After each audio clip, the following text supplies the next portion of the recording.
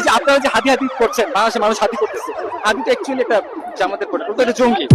জামাতের প্রোডাক্ট, ওটা একটা জঙ্গি।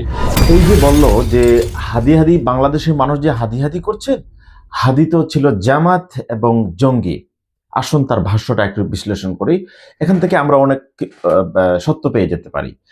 দেখুন, সে শহীদ ওসমান হাদি হত্যার প্রধান আসামি ফয়সাল, তাকে ভারতের আদালতে আজকে তোলা হয়েছিল। তার আদালত থেকে বের হওয়ার পরে সাংবাদিকরা যখন তাকে প্রশ্ন করেছিল, তখন সে বলেছিল যে আপনারা যে হাদি হাদি করছেন, বাংলাদেশের মানুষ যে হাদি হাদি করছে, হাদি তো ছিল জামাতের প্রোডাক্ট এবং জঙ্গি।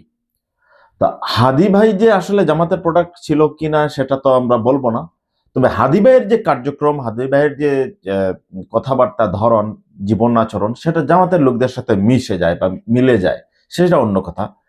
এখন কথা হলো, সে যেটা বলছে বাংলাদেশের মিডিয়াগুলো এত মিথ্যা প্রচার করে। দেখুন ইত্তেফাক কি বলছে। ইত্তেফাক এখানে হাদিবের খুনির আসামি যে, সে বলছে যে হাদি তো জামাতের প্রোডাক্ট, জঙ্গি। জামাতের প্রোডাক্ট, ওটা একটা জঙ্গি। জামাতের প্রোডাক্ট, ওটা একটা জঙ্গি। কিন্তু ইত্তেফাক জামাতের প্রোডাক্টটা ছেড়ে দিয়েছে। কেন ছেড়ে দিয়েছে? কারণ যে খুনি সেই হাদি ভাইকে যদি জামাত বলে আখ্যা দেয়, তাহলে জামাতকে এখানে হত্যাকারী হিসেবে সম্পৃক্ত করা যাবে না বা বলা যাবে না। এই কারণে ইনকিলাব যেটা করলো, জামাত শব্দটা এখান থেকে কেটে দিল। বাংলাদেশের অধিকাংশ মিডিয়া এইরকম মিথ্যার সাথে জড়িত, মানে একটা ডায়লগ থেকে একটি শব্দ, দুইটি শব্দ একেবারে বিচ্ছিন্ন করে দেয়, মানে ডিলিট করে দেয়। দেখা যায় একটা ডায়লগ থেকে যদি একটা বাক্য, আপনার একটা শব্দ, ওয়ার্ড যদি আপনারা হাইড করে দেন, ডিলিট করে দেন, তাহলে এটা অর্থ চেঞ্জ হয়ে যায়। এখন আমরা আসি যে তার বক্তব্যটা আমরা একটু বিশ্লেষণ করি, তার ভাষ্যটা বিশ্লেষণ করি। প্রথমত সে কি বলেছে, সে যে হাদিবের খুনি এটা তার বাক্য থেকে প্রচার, মানে বুঝে যায়, তার ভাষা থেকে, তার ক্ষোভ থেকে। সে ক্ষোভ নিয়ে বলছে যে আপনারা যে হাদিয়াদি করছেন, বাংলাদেশের মানুষ হাদিয়াদি করছে, হাদিদি তো জামাতের প্রোডাক্ট এবং জঙ্গি।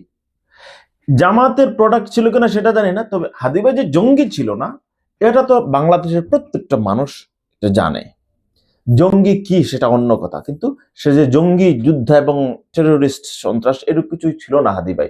এখন সরল মনের, সাদা মনের মানুষ ছিল, বিপ্লবী মানুষ ছিল, দেশপ্রেমিক মানুষ ছিল এবং মানবতাবাদী একজন মানুষ ছিল।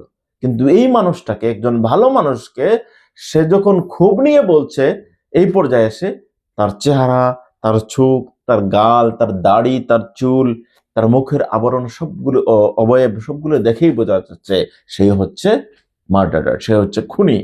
এবং সে খুব নিয়ে এখন পর্যন্ত হাদিবের প্রতি কথা বলছে।